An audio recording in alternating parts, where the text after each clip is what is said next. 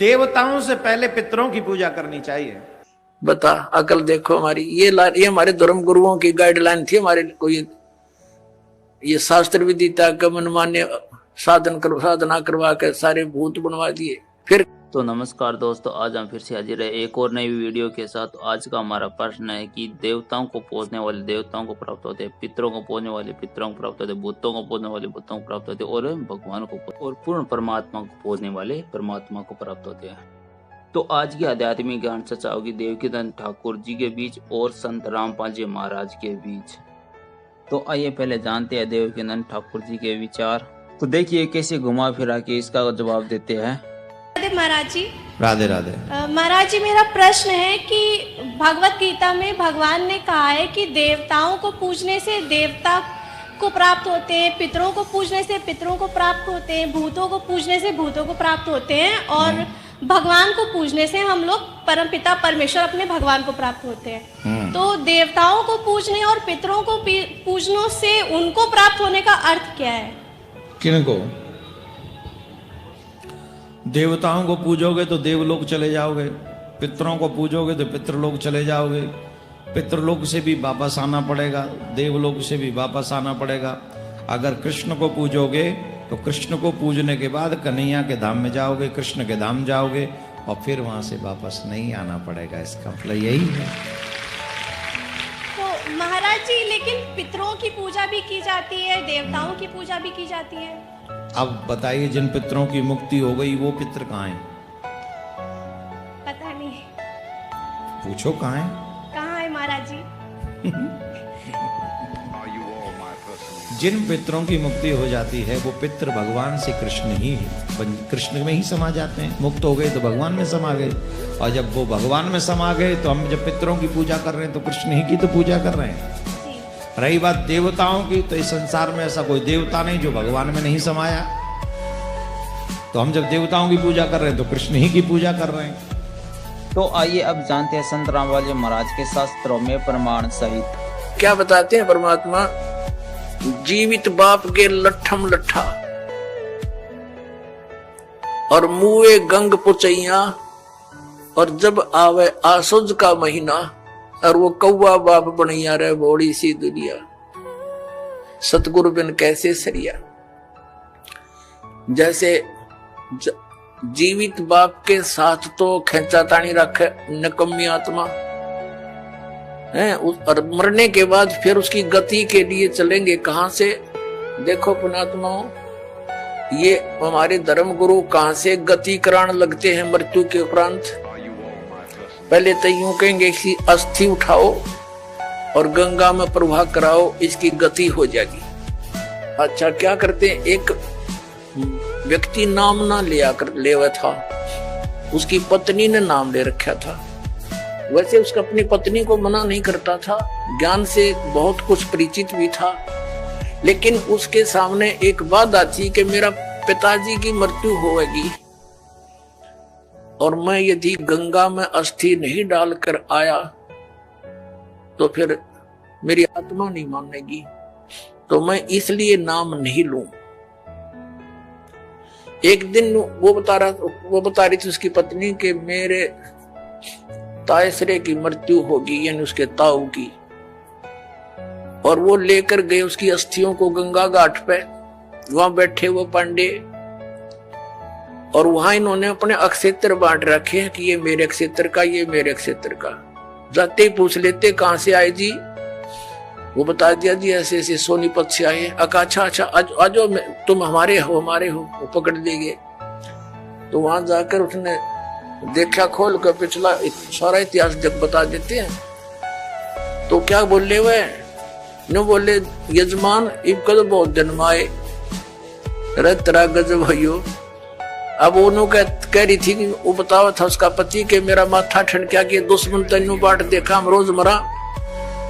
इन्हों कहा इब कद बहुत जन्माए गति करान।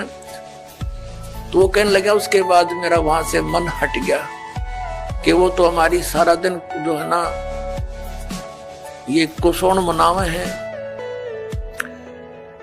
अपने आत्माओं गति करवा दी, किस गति करवा दी कि गंगा में अस्थि डलवा दी, होगी गति। फिर कहें 13वीं करो। 13वीं किस लिए? कि गति कराने खातिर। अच्छा, वह 13वीं भी कर दी। फिर कहें अब इसके सरहद निकालो। पहले प्रत्येक महीने किया करते, फिर छठे महीने और बड़ा व्यवस्था करते थे, और फिर 1 वर्ष के बाद वो कंप्लीशन होता था, उसका समापन करते थे। 1 साल में पूरे वर्ष लगे रहते थे गतिकरण।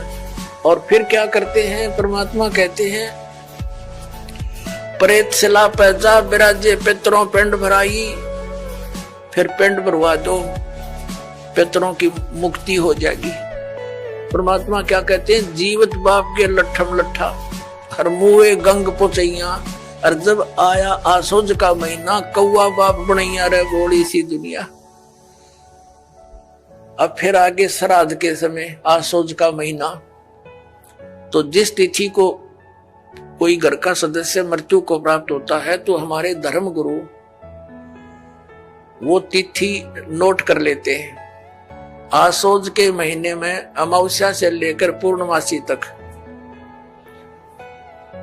उस किसी भी तिथि को मृत्यु होती है तो उस दिन विशेष कार्यक्रम करते हैं, श्राद्ध निकालते हैं। और सबसे पहले क्या करते हैं? वो बना के भोजन ऊपर रखते हैं छत पे, और उसी समय कौवे आकर खा जाते हैं। तो वो क्या कहते हैं हमारे धर्मगुरु? देखो भोग लग गए तेरे पिताजी, हो सकता कौआ बन रहे हो। अरे भले आदमियों, गति करान लागे थे, कौआ बना के छोड़ दिया। ये है इनके साधन। अब परमात्मा कहते हैं प्रेत शिला पैजा विराजे पितरों पिंड भराई, और बहुत सरहद खान कुआए काग बने कलमाई। आगे क्या बताते हैं? जय सतगुरु की संगत करते सकल कर्म कट जाई, अमरपुरी पर आसन होते जहां धूप ना छाई। अब क्या बताते हैं? जय सतगुरु की संगत करते, सतगुरु मिल जाते तो ये सारे कर्मों तो पीछा छूट जाता, ना श्राद्ध निकालने, ना भूत बनना, ना कौवे और पशु की योनियों में जाना। और फिर क्या होता? अमरपुरी पर, अमरपुरी जिस स्थान का कभी नाश ना हो, सतलोक सनातन परम धाम की प्राप्ति हो जाए, जब सतगुरु मिल जाए तो ये झंझट मिट जाए सारे। और ये हमारे गुरुजी धर्म गुरु ने कहा श्राद्ध तो अवश्य निकालना चाहिए। इन्हें तो हमारे कर्म बिगड़वाने का ठेका ले रखा था। पुण्यात्माओं, पवित्र हिंदू धर्म के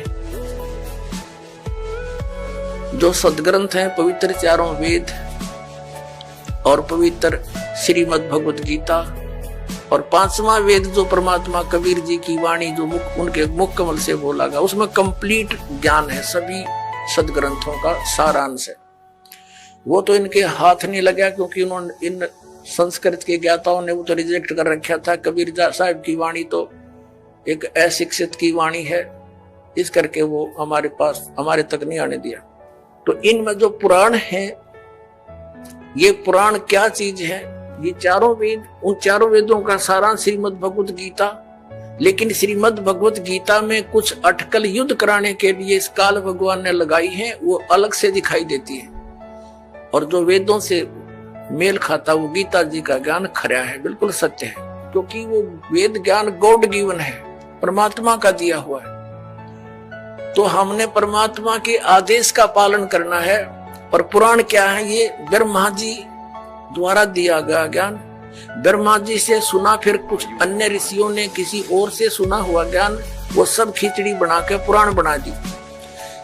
अब वेदों में इन श्राद्ध आदि कर्म कांड का निषेध है, और गीता जी में निषेध 9वें अध्याय के 25वें श्लोक में स्पष्ट किया है, भूत पूजने वाले भूत बनेंगे। ये देखिएगा, श्रीमद् भगवत गीता, गीता प्रेस गोरखपुर से प्रकाशित है, जयदयाल गोविंद का इसके अनुवादक। अध्याय नंबर 9 का ये है, अध्याय नंबर 9 श्रीमद् भगवत गीता, श्लोक नंबर 25। देवताओं को पूजने वाले देवताओं को प्राप्त होंगे, पितरों को पूजने वाले पितरों को प्राप्त होते हैं, और भूतों को पूजने वाले भूतों को प्राप्त होते हैं। और मेरा पूजन करने वाले मुझको ही प्राप्त होते हैं। अब ये श्राद्ध कितना आगे फिर।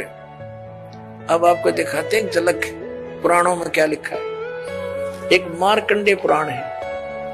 एक रुचि नाम के ब्राह्मण थे, ऋषि, और उसने वेदों को समझा पढ़ा, विज्ञानी आत्मा थे कि मनुष्य जीवन केवल मोक्ष प्राप्ति के लिए प्राप्त होता है। इसलिए उसने ना तो विवाह कराया, ब्रह्मचारी पद पर रहते हुए 40 वर्ष की उम्र होगी थी और अपना जंगल में वन में रहता था, कोई मकान झोपड़ी भी नहीं डाल रखी थी। ये सोच करके मोक्ष प्राप्ति करानी है, क्या संग्रह करना है, 2 दिन का जीवन है। अब वो वेदों अनुसार साधना कर रहा था, रुचि ऋषि। और उसके जो पिताजी, दादाजी, परदादाजी, चौथा दादाजी वो मर चुके थे, वह भूत बन रहे थे, और वो भी ऋषि थे, ब्राह्मण थे। उनने भी ये कर्म कांड करे और करवाए थे, तो भूता बनेंगे वह। तो वो चारों दिखाई दिए और कहा, बेटा तूने विवाह क्यों नहीं करवाया? विवाह करवा के तुम हमारा श्राद्ध करता है और हमारी गति हो जाती। अब रुचि कहने लगा कि पितामहो, वेद में तो ये मना कर रखा है, ये श्राद्ध श्रुद्ध निकालना, ये कर्म कांड करना, ये तो मूर्खों का मार्ग है। और वो पितर भी कहते हैं, बेटा है तो ऐसा ही, इसमें कोई संदेह नहीं, मिथ्या नहीं है, सच्चाई है। लेकिन हमारा क्या होगा? एकदम बाढ़ में जाओ, थारा क्या होगा? आप मरे, अरे पुत्र और मरवाने के लिए तैयार करे। या देखो मार्कंडेय पुराण, ये गीता प्रेस गोरखपुर से प्रकाशित है। गीता प्रेस गोरखपुर से प्रकाशित है। ये गीता प्रेस गोरखपुर से प्रकाशित है। 242 पृष्ठ पे संक्षिप्त मार्कंडेय पुराण, रोच्य मुनि की उत्पत्ति कथा। मार्कंडेय जी कहते हैं कि ब्राह्मण, पूर्व काल की बात है, प्रजापति रुचि ममता और अहंकार से रहित इस पृथ्वी पर विचरते थे। उन्हें किसी से भय नहीं था, वे बहुत कम सोते थे। उन्होंने न तो अग्नि की स्थापना की थी, न अपने लिए घर ही बना रखा था। वे एक बार भोजन करते और बिना आश्रम के ही रहते थे। उन्हें सब प्रकार की आसक्तियों से रहित एवं मुनिवर्ती में देख उनके पितरों ने उनसे कहा, ये देखिए चारों आगे भूत बन रहे, ये देखो।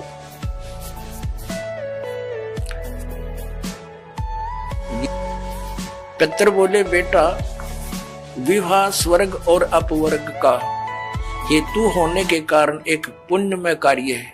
ये तो इन पितरों के वचन हैं, ये तो पितरों के वचन है जो अपनी सलाह दे रहे हैं। देखना, उसे तुमने क्यों नहीं किया? ग्रस्त पुरुष समस्त देवताओं, पितरों, ऋषियों और अतिथियों की पूजा करके पुण्य में लोगों को प्राप्त करता है। वह सभा के उच्चारण से देवताओं को शब्द से पितरों को तथा अन्नदान, बलि, वैष्णदेव आदि से भूत आदि प्राणियों एवं अतिथियों को उनका भाग समर्पित करता है। बेटा, हम ऐसा मानते हैं कि ग्रस्त आश्रम को स्वीकार न करने पर तुम्हें इस जीवन में। हमारे चैनल को सब्सक्राइब कीजिए और बेल आइकन को दबाना भी ना भूलिएगा, ताकि आने वाली वीडियो की हर नोटिफिकेशन आप तक पहुंचे।